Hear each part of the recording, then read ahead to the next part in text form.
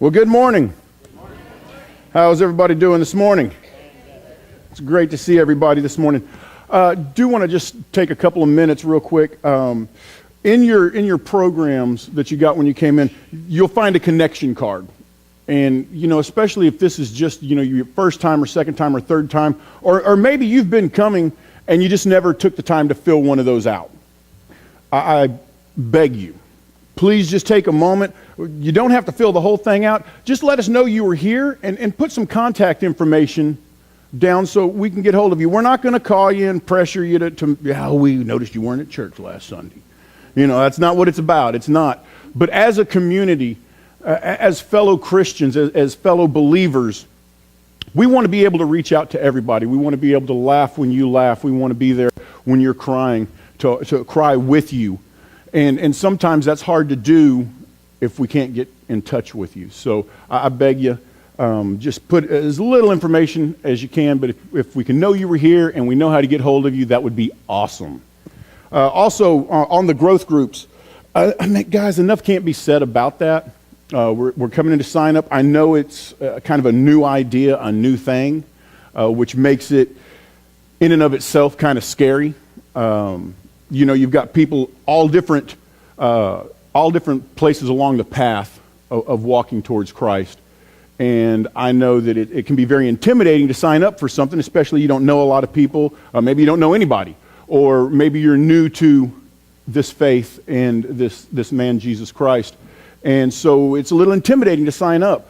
But I'll tell you, you can't ask for a better group of people. And it's a great opportunity for us to connect. And it's really directly related to with what we're talking about this morning. So I urge you, just take that risk, take that leap, take that chance, and sign up for a growth group and see where it takes you. I think you'll be really, really surprised. I have never signed up for a growth group and been disappointed. It's always been very, very entertaining. It's always entertaining. But you learn a lot of stuff and you get to know each other on a whole different level than you do just seeing each other here at church on Sunday morning. But we're continuing our series Back to the Basics. Matter of fact, we're finishing it up. I hope if you have been coming, you found this a very educational or inspiring series. I hope that there's been some stuff that you can walk away and apply to your life. We're wrapping it up today. And I want to just kind of start off asking some questions, kind of get everybody thinking this morning, get the wheels turning. And as I was preparing for this message, I couldn't help but think, maybe you guys can relate to this. Do you find yourself when there's a project to be done, you just kind of want to take that project and do it yourself? You don't want a lot of help. You know the best way to do it. You know what needs to be done, and really a lot of people, they're just going to muck up the whole process anyways. Just let me do my thing. Or maybe, the world's kind of going crazy, it seems like. Every time you turn on the television, there's something else that's breaking loose around the world. And so as a result, we kind of huddle our families together and we kind of put up walls around it and we go do stuff as a family, but we don't want to really connect or reach out, or we kind of push people away because, we might get hurt. We don't know who they are. We don't want to take a chance. And it amazes me that I see, and I have those feelings as well. But we are the most connected as a civilization that we've ever been in history.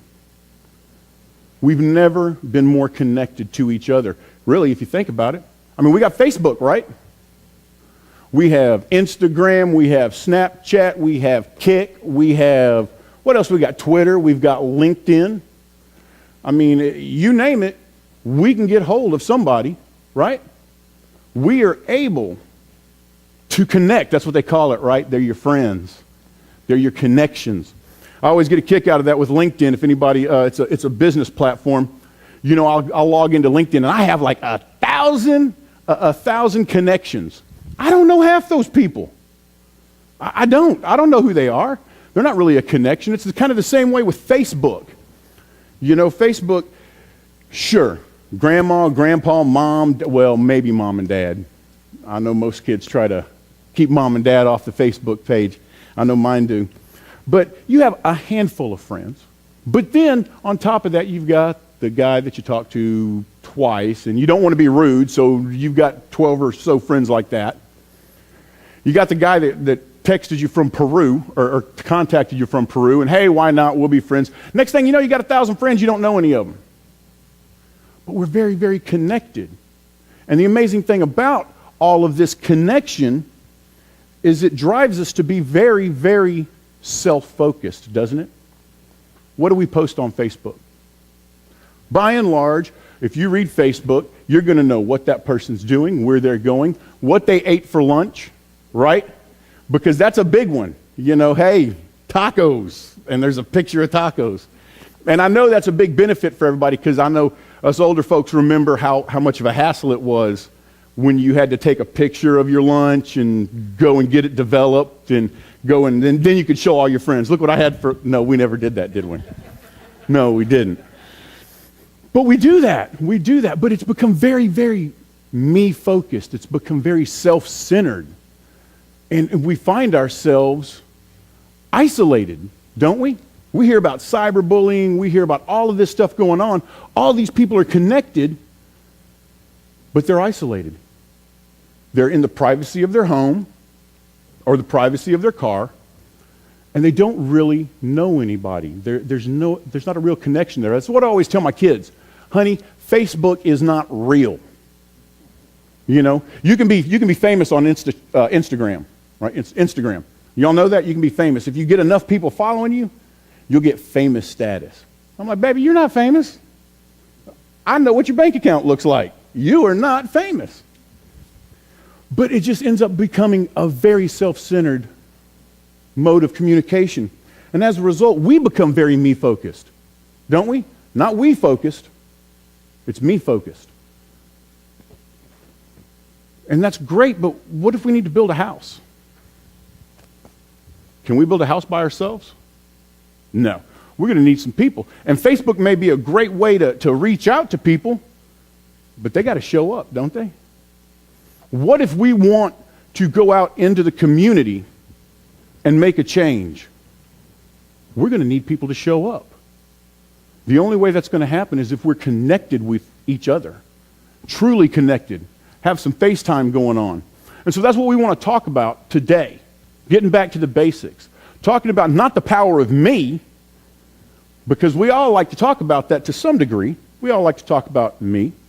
We're going to talk about the power of everyone, the power of we, because that's really the way we're called to live.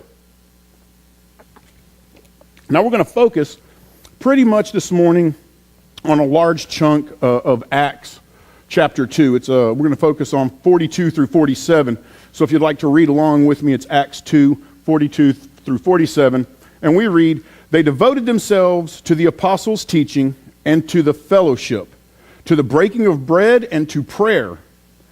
Everyone was filled with awe, and many wonders and miraculous signs were done by the apostles.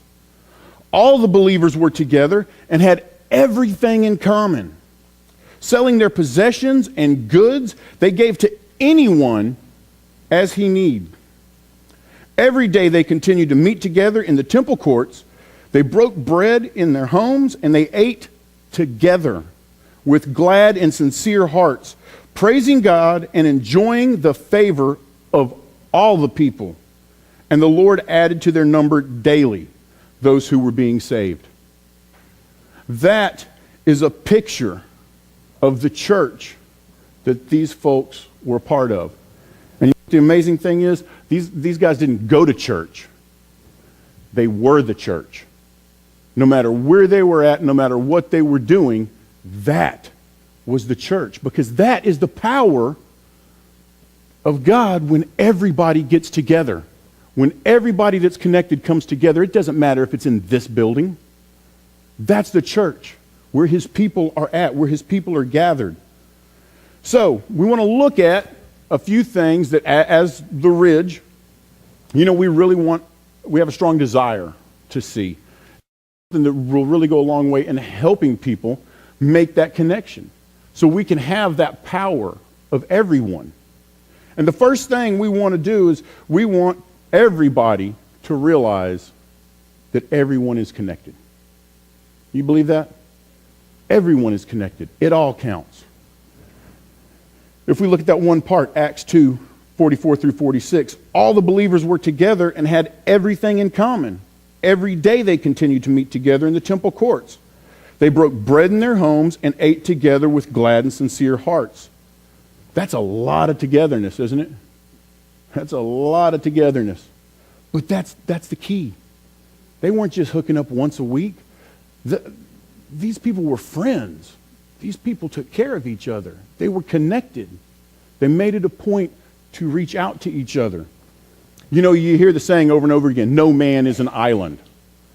Well, it's very, very true. No man is an island, yet today we would be encouraged to kind of seclude ourselves, wall ourselves off, protect ourselves.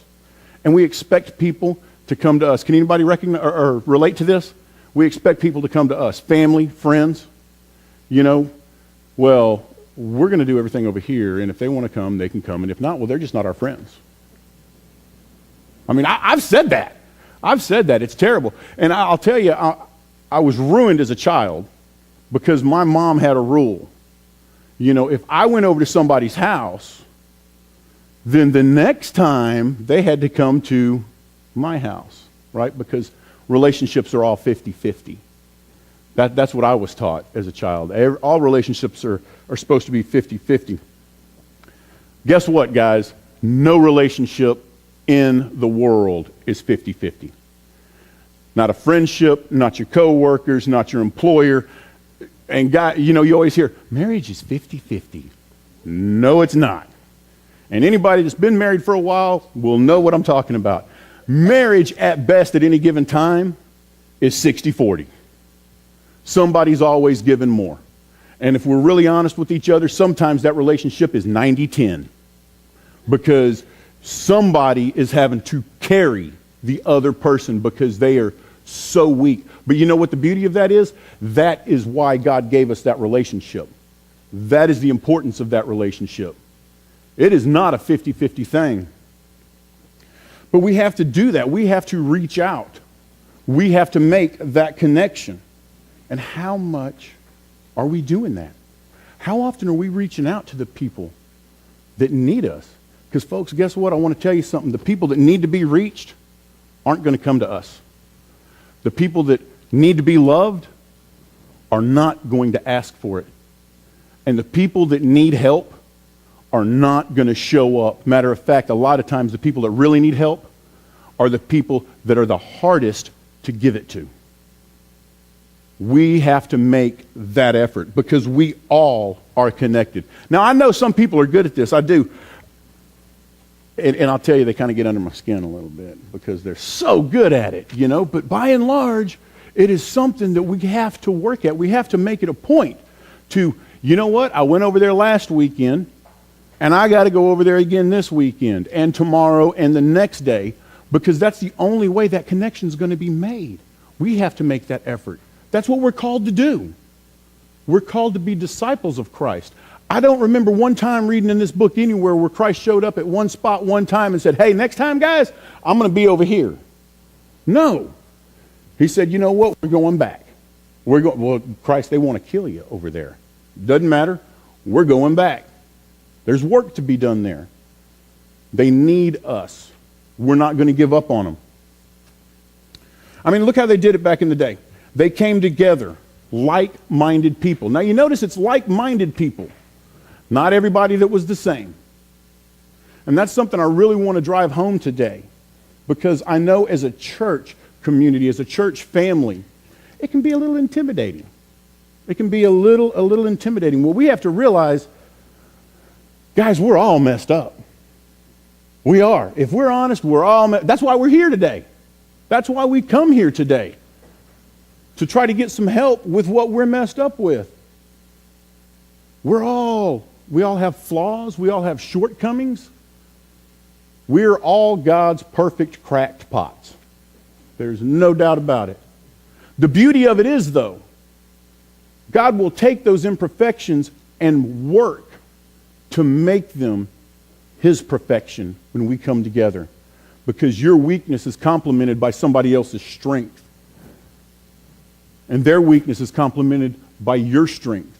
That's how we have the power of everyone when we come together. And I just want to put something out there, guys, because I know we have some people that are a lot further down the path than some other folks. You know, we have some folks here that, you know, they've got the most awesome story about being a Christian. They were saved when they were 12 years old. And they have been on the path of righteousness, steadily progressing for the most part, their whole life. If that's you, I want to reach out to you today because I want you to understand you're intimidating to some people. As a newcomer to a church, that can be very, very intimidating. So guess what? Those of us that might be further down the path, we have a greater responsibility when it comes to connecting to people, don't we? We have the responsibility to make sure we make everybody feel comfortable. So when we see people coming in today, we've got to make them feel welcome. We've got to reach out to them. That's our job. That's our job to make sure that connection is made. Because together, there's nothing we can't do, but we have to be together. So the first thing we have to do is realize we're all connected. Every single one of us. Now the next thing we need to realize, everyone is needed. Not some of us, not most of us. Everyone is needed. If we read Acts 2:45, selling their possessions and goods, they gave to anyone as he needed. They took care of each other. They looked out for each other. To put it bluntly, they got in each other's business some. And that can be painful, right? They got in each other's business. What do we do today? What do we say today? Oh, no, you did not. You don't need to get in my business. That's my business. That's none of your business. And we kind of push that down to our kids, don't we? We see something going on and we say, oh, honey, that's none of our concern. That's not our business. It is our business. It's very much our business. One thing we have to recognize is that we have to support each other. That's what we're here for, to offer support. And here's a little something for you to think about when you look and see something and you think it's none of my business. First off, that politician that you see doing something that maybe other people don't see, that politician might be the next president if you're not active, if you're not there to support your community. That kid that you see getting bullied, that kid that you see shoplifting in the store, that kid that you see that's in trouble, that you don't say anything because you don't want to offend their parents or you don't want to hurt their feelings, that kid might be your community's next suicide. That kid might be the next kid to go to juvie. We have to support each other. We are here for each other. And I'll tell you what, does that take a strong person? Absolutely it does. It takes a very strong person to do that. But I'm challenging each of you this week, you be that strong person. Because each one of us makes a difference. And each one of us is here to support those around us. I heard my daughter showed me a really cool video last night. And it started off, this guy was telling about how his grandma woke him up every morning. And she would say, rise and shine. There's help wanted signs outside. Folks, I've never heard a truer statement from a grandmother. Rise and shine, because there's help wanted signs, and it's our job to go look for them. And to offer that support, offer that care, that understanding. We have to be there for each other. And understanding that some people aren't going to want you there. And know that those are typically the people that they need you there the most. But we have to support each other. That's what they did back then. That's why the church was so successful. It wasn't just a church. It was people looking out for each other. It was people taking care of each other. It was people stepping out in faith that God's going to do something miraculous in this person's life if I will just get involved, if I will just get engaged. Now, the next thing that we want to look at is, and I know this is everybody's favorite. This is everybody's favorite. We need to tithe. 1/10. And I know, here we go. Everybody's like, oh, no, Brian's talking about money again. I'm turning the hearing aid down. I'm tired of hearing about it. And I get that. I do understand that. I do just want to make the point. The church is not a for-profit company. There's nothing we do here that generates profit. There's not a service that is rendered here that this church can charge for. It's not going to happen. There's only one way this church will be successful. That's us. That is us. That's the way they did it. And you know, God even told us in Malachi 3:10, bring the whole tithe into the storehouse that there may be food in my house. You know, that's how it worked back then. The Levites existed off of the offerings that were brought to the temple. The people sustained the church. And that's what we have to do. And I know that's uncomfortable. And I want to be the first to say, because I hear it all the time anytime we talk about money, church is just a big business today. It's just an enterprise. And all they care about is about the money. And all they care about is lining their pockets and wasting the money. Now, I want to be the first one to say, I've been to a lot of churches and I've heard a lot of preachers preach. And yes, I have been to churches where I have seen pastors literally leverage their congregation's soul based on how much money they give to the church. So I get that. It's easy to be jaded because we see that, and it does happen. I do want to be the first to say, those folks are going to have a lot of explaining to God when they get up to heaven. That's the first question he's going to ask. You want to break that down to me, folks? I need somebody to explain that to me. But I do also want you to understand that's not how this church works. This church is very far from that. And so if you find yourself and you're saying, oh, it's just about the money, it's only about the money, that's all they care about, I got a challenge for you. Get involved. Get on the financial committee.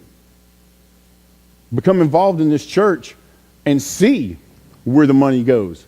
Make sure that it goes where you think it should go, and you have a voice and an opinion that matters.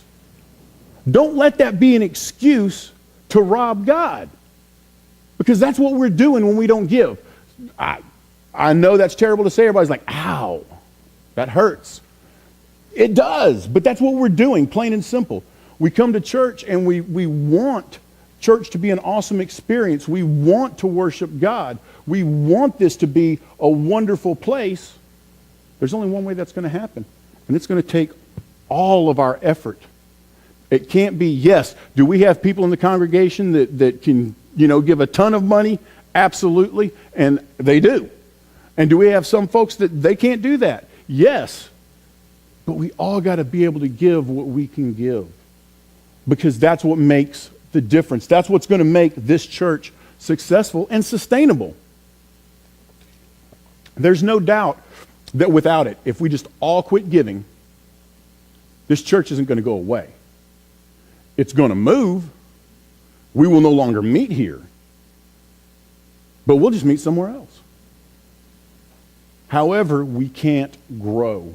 We can't grow, and if we don't grow, we cannot spread God's word. And if we don't spread God's word, we cannot carry out the Great Commission. We can't take his word to the ends of the earth if we can't take it to the end of this door. So that is part of it. We have to make it a point to support this church. It's part of it, and it's biblical. I mean, it is. There's nothing we can say about that. We can't argue with it. So we want to make sure that we're supporting the church. So everyone's needed. We're going to support each other. We're going to support the church. And here's another big one. We need to serve. If we're going to really tap into the power of everybody here, we have to be the living body of Christ, right? That's what we're called. We are the living body of Christ. The body of Christ cannot exist, cannot be successful if it doesn't have a brain or a pinky toe. The pinky toe is important. We all have a part. Every one of us. Every one of us has a part to play.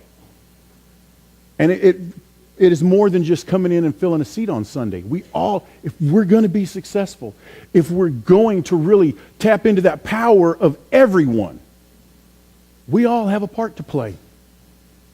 I mean, look at 1 Corinthians 12:12 tells us the body is a unit. Though it is made up of many parts, and though it is all parts are many, they form one body. So it is with Christ. As we were saying, the church has to sustain itself, correct? We're not for profit. So, hey, maybe you're a handy person, you know? The church has maintenance that needs to be done. We need that skill set. We need that help. This church needs that help. If you're a do-it-yourselfer, you know, Christ was the original do-it-yourselfer. He was a big proponent of self-responsibility, of pitching in and doing your part, helping out. So we have to serve. And maybe that's something you can do to serve God's house. Pitch in. We have to minister to our youth. We have to minister here. Hey, folks, guess what? Anybody can get up here and do this. Anybody. God speaks to every one of our hearts. And if you're sitting out there today and you think, you know what? I would like to do that. Let's talk. Let's talk. Because God will use anyone. Trust me, I know He's using me. And if He can use me, folks, He can use any one of y'all. But maybe that's your calling. Maybe you like to work with kids. Get involved. Serve. Make that difference. Accept that challenge. There's a reason why God is putting that on your heart. Maybe you're a really outgoing person, right? Don't just let your co-workers benefit from that. Bring it in here. Bring it in here and serve. Be on the welcoming committee. Make it a point to welcome everybody here. We all have something to do. God has given each and every one of us a gift to show to the world. And guess what? Nobody can do it as well as you can. There is something that you have on your heart that you can do better than anybody else. And God is begging you, bring it to the church. Bring it to the church and use it to spread my word, however that may be. And as I said, you don't have to be the brains behind the place. But you know, we need eyes and ears and hands and fingers and toes and lungs and hearts and vocal cords. And when you start naming it off like that, you start to see very quickly, we have more parts than we have people. So we've got to get involved. That's why I was saying about the growth groups. It's a great place to start. It's a great place to kind of cut your teeth and get in and start moving around. Get to know everybody. Get engaged. Make a difference. We can serve. The last thing that we want everybody to do, we really feel like it's very important, is that everyone knows Christ and grows to be like Him, right? If you've spent any time at the Ridge, that's Daryl's favorite part, to know Christ and grow to be like Him. And when we do that, we are furthering not just God's plan, but we're furthering our ability to reach others. We're reaching each other, right? We're becoming more connected. As a result, we have more power as a group because there's more of us there. So, the early church met, they prayed, and they gave. If we look at Acts 2:47, and the Lord added to their number daily those who were being saved. Daily. You know, the funny thing about that word is that means more than just on Sunday. More than just on Sunday. It's a 7-day-a-week deal. It's a 7-day-a-week job. So, there's only one way the Lord can start a fire in the people around us. There's only one way He's going to make a difference. And the answer is, well, that person sat and watched you brush your teeth in the mirror this morning. It's each one of us. That's the only way this is going to work. If everyone is going to know Christ, it's going to take every one of us to get His name out there. Each and every one of us. I mean, it's the Great Commission. How can somebody have the opportunity to accept Christ or reject him? Their choice. But how can they have that choice if we're not putting that information out there? I mean, that's our gig, right? We're not expected to go out and save people. That's God's job. That's Christ's job. We start the fire. We put the information out there. But we want everybody to have the opportunity to know Christ. And that takes every single one of us. And that means at work, in our social life, and it's challenging. I'll be the first to admit it is definitely challenging. And there's a good chance, you open your mouth and the next thing you know, everybody's looking at you like you're some kind of Jesus freak and nobody wants to talk to you and you don't get to go to the barbecues for a little while. But they'll figure it out. They will. It all works out. But we have to make a choice if we're going to spread the word of Christ. Are we going to stand with him? Are we going to stand in our comfort zone and not say anything when we have that opportunity? So it's a challenge. And really, guys, this whole message today is a huge challenge. It really is. But that's the way we get to where God needs us to be. We've got to take that challenge. And it's up to each one of us to start that process. Now, 2 Corinthians 3:18 tells us, "And we, who with unveiled faces all reflect the Lord's glory, are being transformed into his likeness with ever-increasing glory, which comes from the Lord, who is the Spirit." We all look for the face of the Lord, don't we? We look for him daily. We look for him daily in our lives. We want to grow to be like him. We want to be more like Christ, less like us, right? And look, that's there again. It's a process. But we want to be more like Christ, less like us. Look, as a dad, as a father, as a husband, as a manager, I will be the first one to raise my hand and say, look, guys, that is a process to try and be like Christ. Because if I'm being honest, I will tell y'all, yes, at least once a week, I got to just repress the urge to punch somebody in the throat. We've all been there. You're just like, oh my God. It's a process. Don't think that just because you feel like that, don't think that just because you struggle like that the person next to you isn't struggling just as hard, maybe worse. But we've got to continue to take that next step. That's the most important step. The next step. You can stay in one spot and go nowhere, or you can take another step. And with every step, we're going to continue to grow a little bit more like Christ. The next day, it's a little bit. You know what? I'm going to be honest with y'all. I didn't even think about this till just right now. I was driving home yesterday, and I've got a wedding tomorrow. And I had left all of my stuff for this wedding at the office. All right? So I got up in the morning. Kids are still asleep. Wife's still asleep. And I head up to the shop to get all my stuff and finish writing the ceremony because I had not finished it. Now, I think I'm doing pretty good because I'm finishing up, I'm printing it off, making it look pretty. I'm heading home. The phone goes off. It's a text. Where you at? Well, I had to go up to the office because I left and it starts. And guys, I don't care if you've got a boyfriend, girlfriend, wife, if you're in a relationship, you will recognize this. It turns into well, why didn't you? Why didn't you do it beforehand? Well, honey, I forgot.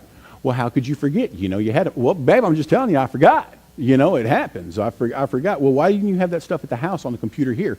Well, baby, I didn't have it on the, and they keep asking another question, and you're just like, I just didn't do it. And I find myself getting really worked up, and I'm driving down the road, and I just look up at heaven, and I'm like, God, why is she jacking with me so much? Why are you letting her jack with me so much? Can y'all relate to that? And as soon as I got that out, you know what I heard? Why don't you have more patience? Shut up. But that's the way it works. It's a process. It is a process. And that's what happens. That's exactly the way it works. God puts stuff in your life and you just... But you just take that step and you recognize it finally and you say, okay, I love you, baby. I just completely, I missed it, and I'm going to get that fixed.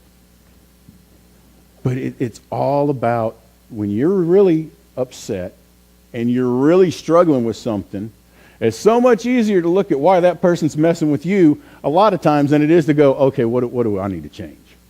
What do I need to do different? So just know it is. It's a process. We're going to continue to grow and be like Christ, but it's not going to happen tomorrow. And it's not going to happen next week. It's going to be an ongoing process. So I've got to ask you, what's your next step going to be? What is your next step going to be? Are you going to break that trend of isolation? Are you going to make it a commitment to get engaged? Are you going to make it a commitment to give of your time and your treasure? That's an amazing thing, especially when we talk about time. I always talk about time a lot because, I go to the gym and I talk to people and they're like, how do you go to the gym? Well, I find time for the gym. I just don't have any time. You got time. There's just other stuff you'd rather do. And when we talk about giving time and you say, I know we've all had this conversation too at the house. You spend too much time at work. Why are you spending so much time at work? You need to be at home with the family. How often do we have the conversation at our house that you spend too much time for the church? How often does that come up? I firmly believe that should be a conversation we all have as well. Because God certainly demands or deserves just as much of our time. So maybe that's going to be something for your next step. You're going to give a little more of your time. And I know it's very easy in today's society for us to say, I can do it on my own. I can do it by myself. You're right. There's a lot of stuff you can do alone. There's a lot of good things you can do by yourself. But you can't do the impossible. You can't. But when we come together as a group, when we come together as a church, when we come together as the body of Christ living and breathing here on this earth, we can do the impossible because it will be blessed and anointed by God. And He will never, ever let us down. So think about that this week. That's the challenge. Make a next step. Commit to make a change, even if it's a little one.